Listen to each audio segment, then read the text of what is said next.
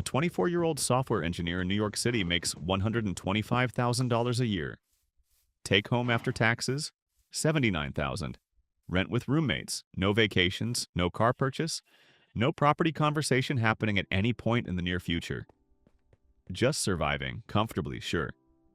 But surviving. Now here's the uncomfortable math. If someone doing everything correctly, the degree, the field, the city, the salary, is basically treading water in 2026, what does that say about the game itself? Not the player. The game. Because here is what I keep noticing. People keep trying to optimize their performance inside a system that is structurally set up to extract from them. They work harder, they get better at the job, they negotiate a raise, they upgrade their resume, and then they look up 5 years later and wonder why the gap between their income and their actual options keeps widening. This is not a motivation problem, it is a structure problem. We are going to explain exactly how this structure works, why it is accelerating, and why Gen Z might be the first generation that can actually route around it instead of through it. The metaphor I want you to hold on to for this entire video is a conveyor belt. Not a career ladder. A conveyor belt. Because a ladder implies you can stop climbing and stay where you are. A conveyor belt moves underneath you whether you walk or not. If you stand still, you go backward. If you walk at an average pace, you stay in place. To actually move forward, you have to outpace the belt itself. And here's the part nobody tells you. The belt has been quietly speeding up since roughly 2008, and it accelerated hard in 2021, and it has not slowed down since. Let me show you the belt speed. Housing costs in major American cities have increased somewhere between 60 and 90% over the last decade, depending on the market. Median wages for new college graduates, adjusted for inflation, have increased approximately 0% over the same period. Tuition costs have increased around 180% since the early 2000s. Entry-level salaries in most fields have gone up in nominal terms, which looks fine until you factor in inflation, and then you realize you are looking at a flat line dressed up as a growth chart. So you are paying significantly more to enter the system. You are earning roughly the same real purchasing power once you get in. And the cost of the things the system promised you, the house, the family, the stability, those have inflated dramatically faster than anything you earn. That is the belt. That is what you are walking on. Now, most commentary on this topic stops here and pivots to either despair or generic advice. Save more. Hustle harder. Side income. None of that is wrong exactly, but it is all operating at the wrong level of analysis. It is optimizing your walking, speed on a belt that is getting faster. That can work, temporarily. But it is not the interesting insight. The interesting insight is why the belt exists, who benefits from it, and what happens when you step off entirely. Let me take you through 4 layers of this. Each one is going to feel a bit darker than the last. Layer 1. The job market is not recovering, it is restructuring. The story from the source material that keeps sitting with me is not the engineer. It is his girlfriend. Qualified, skilled, applied to hundreds of positions, working minimum wage while she waits. And the instinct is to say the market is temporarily bad, things will normalize, keep applying. But here is the structural red. Entry-level positions across knowledge work, the ones that used to serve as on-ramps into mid-career roles, those are being automated or offshored at the exact same moment that AI can credibly simulate junior output in many categories. This is not a temporary dip. It is a temporary, permanent reduction in the number of rungs at the bottom of the ladder. There is an economic concept called a wage penalty for graduating into a weak market. Research suggests it can last 8 to 15 years, and the gap never fully closes over a lifetime. Which means if your girlfriend, your roommate, your cohort graduated in 2024 or 25, the earnings trajectory from that starting point is structurally lower than someone who graduated in 2019 into a completely different environment. Not because of talent, because of timing. The conveyor belt does not care about your talent. It measures timing, leverage, and structure. And here is something that almost nobody says out loud. The compression of entry-level opportunities combined with the expansion of graduate supply means employers currently hold an asymmetric amount of bargaining power. You are negotiating from a position of abundance on their side and scarcity on yours. That dynamic shapes every offer, every salary, every condition of employment you agree to without realizing you are agreeing to it. Layer 2. Healthcare is not a benefit. It is a leash. This one requires a slight mental reframe, so stay with me. The average annual health insurance premium through an employer in 2026 is somewhere around $8,400 for a single person. Add a deductible of roughly $1,700 before coverage actually activates. Add copays, add the cost of medication for anyone managing a chronic condition, and you are looking at a real annual healthcare exposure that can swing dramatically depending on what happens to your body in any given year. Now here's the structural piece. Because healthcare is tied to employment in the United States in a way it is not in most developed economies, the decision to leave a job, start a company, take time off, or pursue something with uncertain income is not just a financial risk, it is a health risk. For anyone with a chronic condition, a family, or a dependent, it is potentially a catastrophic one. Imagine someone whose medication costs $12,000 a month at full price. Their employer insurance makes that number manageable. The moment they leave that job, that leash becomes a chain. This is not an accident of policy design. It is an emergent feature of the system that benefits employers directly. When your employees cannot afford to leave, your turnover drops, your negotiating leverage increases, and your workforce becomes structurally compliant in a way that no loyalty program could manufacture. I am not saying there is a room somewhere with executives laughing about this. I am saying the incentive structure produces this outcome regardless of anyone's intentions. Always attack incentives, never individuals. Now here's the quietly funny part about all of this. The United States offers 0 weeks of mandatory paid parental leave. 0. Japan offers 32 weeks. Canada offers 58 weeks. The United Kingdom offers 38 weeks. The United States, the wealthiest country in the history of human civilization by most measures, offers a number that rhymes with absolutely nothing. So you have a system where you need employer coverage to access affordable health care. You receive no guaranteed income support when you have a child. Childcare costs can run between $30,000 and $60,000 annually per child, depending on location. And the median household income before taxes sits somewhere around $78,000 nationally.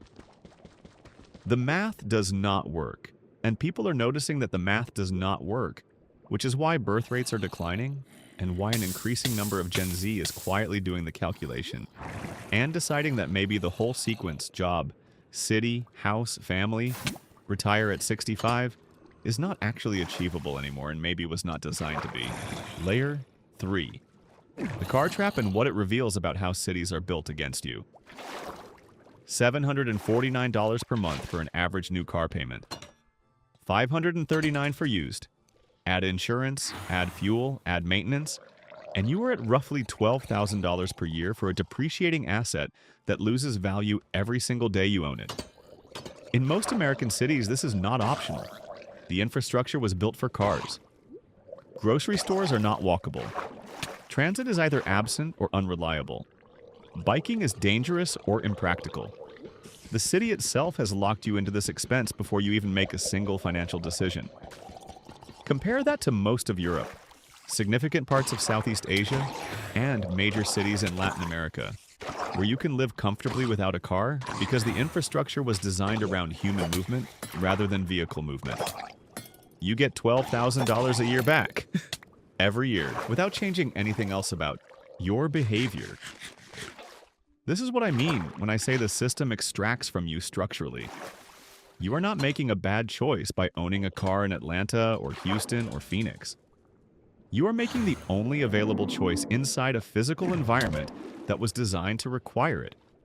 The extraction happens at the infrastructure level, long before you ever walk into a dealership. And here's a brief moment of comedic relief before we get darker. Imagine explaining to someone from Lisbon that Americans spend $12,000 per year on a machine that sits parked 94% of the time, loses roughly 15% of its value annually, and is required to access basic goods and services, they would look at you like you were describing a cult ritual. Because honestly, structurally speaking, it functions like one. Layer 4. The Social Security math and what it tells you about who the system was built for. Approximately 6.2% of every paycheck goes to Social Security. At a salary of $125,000, that is roughly $7,750 per year, going into a fund that is currently projected to face significant depletion by around 2034. That is 8 years away. The people currently collecting Social Security are largely members of a generation that entered the workforce in an era of significantly cheaper housing, lower education costs, more robust pension structures, and a healthcare landscape that looks nothing like the current one. They paid in during the growth phase of the system. Gen Z will fund the payouts during the depletion phase and collect, if they collect anything, during a period of either significant reduction or policy-forced restructuring. I am not angry at the generation currently collecting. I am describing the incentive structure of a system that is operating on assumptions built in a completely different economic era. The move, practically speaking, is to treat Social Security as a tax with no expected return. Not because you are being cynical, because the math on banking your retirement on that outcome is structurally unsound. Build as if it does not exist. If it surprises you later, fine. But designing your financial future around a depleting fund is just bad engineering. Now let me give you a concrete scenario because abstract systems analysis only goes so far. Take someone, call him Marcus, 26 years old, remote software job paying $90,000 per year. Lives in Austin. Rent is $2,200 per month with a roommate. Car payment, insurance, gas, maintenance, around $1,000 per month. Health insurance through employer, about $600 per month including deductions. Taxes at his income level take roughly 22 to 24% federally plus state. He takes home approximately $5,800 per month after all fixed costs. On paper, that sounds manageable. But now layer in groceries, utilities, phone, subscriptions, occasional medical costs, any social spending, any contribution toward an emergency fund or investment account, and he is looking at a margin of maybe $500 to $800 per month to actually build anything. At that rate, building toward a down payment on a median Austin home, currently around $450,000, would require roughly 30 to 40 years at that savings rate, assuming prices do not continue increasing. Now take the same Marcus, same job, same income. He relocates to Lisbon or Chiang Mai or Medellin. Rent, $800 for a private apartment in a good neighborhood. No car, transit, and ride-sharing cover everything. Health insurance, $200 per month for comprehensive private coverage. Food and utilities, around $400 per month, all in. His monthly fixed costs drop from roughly $4,800 to approximately $1,700. His free cash flow jumps from $500 to over $2,500 per month. That is $2,500 going into index funds, compounding monthly. Using a 4% safe withdrawal rate, the standard benchmark for retirement planning, he needs $750,000 invested to generate $30,000 per year indefinitely. At $2,500 per month invested, assuming a conservative 7% annual return, he reaches that number in somewhere between 14 and 16 years. He would be in his early 40s with the option to stop entirely. Not the obligation. The option. Compare that to the domestic path where he is still trying to close on a house in his mid-30s, while managing a car payment and health insurance costs and childcare if a family enters the picture. The belt is running faster than he is walking. The alternative path lets him step off the belt and build on solid ground. This is called geographic arbitrage, and it is one of the few structural advantages that did not exist for previous generations in any accessible form. Remote work created it. The internet made it logistically manageable. Visa programs in Portugal, Thailand, Indonesia, Malaysia, and elsewhere have formalized it. This is a real, legal, documented strategy that an increasing number of people under 30 are executing right now, not as an escape from failure, but as a deliberate optimization of their financial position. Now, I want to give you the actual framework because this video should leave you with something operational, not just analytical. There are 3 categories of decision that determine your trajectory here, and they exist in a specific order of priority. The first category is leverage structure. This means asking what your income is actually attached to. Is it attached to your physical presence in one city? Is it attached to a single employer's decision to keep you employed? Is it attached to a skill set that is being systematically automated? If the answer to any of those is yes, you are on a portion of the belt that is accelerating. The highest leverage thing you can do is build income that is location independent and, ideally, decoupled from any single point of failure. Remote employment is a good start. Multiple income streams from owned assets or owned skills are the more durable version. The second category is cost structure arbitrage. This is the one almost nobody talks about seriously because it sounds either extreme or impractical until you actually run the numbers. The United States has some of the highest structural costs in the world for basic life operation. Housing, healthcare, transportation, childcare. These are not discretionary expenses. They are the base layer of your financial life. Reducing them by 50 to 70% through geographic relocation while maintaining a dollar-denominated income is the single, highest return financial decision available to someone in their 20s with a remote-compatible skill set. The math is not close. The third category is compounding runway. Every dollar you invest at 23 is worth dramatically more than every dollar you invest at 35. Not slightly more. Dramatically more. The difference between investing 20% of your income versus 50% of your income in your 20s, made possible by a low cost of living environment, is the difference between having options at 40 or not having options until 65. Time in the market is not a cliche. It is arithmetic. The Social Security math, the healthcare leash, the car dependency trap, the entry-level job compression, the housing inflation, all of these are symptoms of the same underlying structural reality. The conveyor belt was designed in a different era, optimized for a different economy, and it is now running at a speed that systematically outpaces what ordinary effort can match. You think the problem is that you are not working hard enough, but the actual problem is that you are working hard inside a structure that extracts most of what you produce before you can accumulate it. Hard work is necessary, but it is not sufficient without structural alignment.